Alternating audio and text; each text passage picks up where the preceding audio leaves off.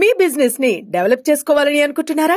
అయితే వెంటనే సంప్రదించవలసిన ఫోన్ నంబర్ 7729969299. ఈనాడు జరిగినటువంటి దుస్సంఘటన పట్ల రాష్ట్ర ప్రభుత్వం, గౌరవనీయులైనటువంటి ముఖ్యమంత్రి చంద్రబాబు నాయుడు గారు, ఉప ముఖ్యమంత్రి గారైనటువంటి పవన్ కళ్యాణ్ గారు, భారత ప్రధానమంత్రి శ్రీ నరేంద్ర మోడీ గారు అందరూ కూడా ఆవేదనని, ఆందోళనని వ్యక్తం చేయడం జరిగింది.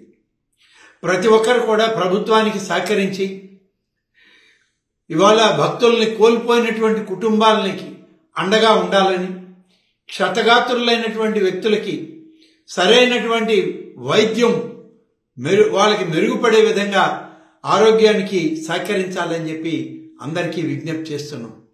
ఇది రాజకీయాలను ప్రదర్శించేటువంటి సమయం కాదు.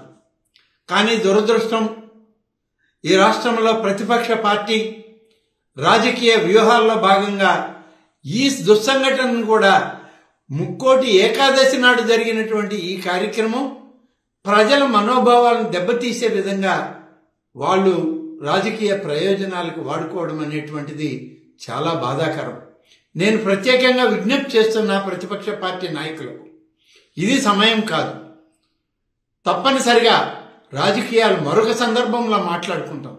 ఈ సందర్భంలో అందరూ వ్యక్తులను కోల్పోయినటువంటి ఆ కుటుంబాలకు తోడుగా నిలవండి.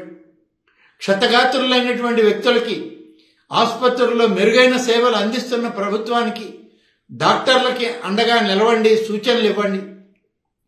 10 రోజుల పాటు జరిగేటువంటి వైకుంఠ ఏకాదశి ఉత్సవాలు తిరుమల తిరుపతి దేవస్థానం పాలకవర్గంతో, అధికార యంత్రాంగంతో మీరు కూడా సహకరించి మీకున్నటువంటి అనుభవాలని, సలహాలని, సూచనలు ఇచ్చి సజావుగా భక్తుల యొక్క మనోభావాలకు అనుగుణంగా దేవదేవుని యొక్క ఆశీస్సులు లభించే విధంగా ప్రయత్నం చేయాలి తప్ప దీన్ని రాజకీయం చేయాలి, విమర్శలు చేయాలనేటువంటిది చాలా బాధాకరం.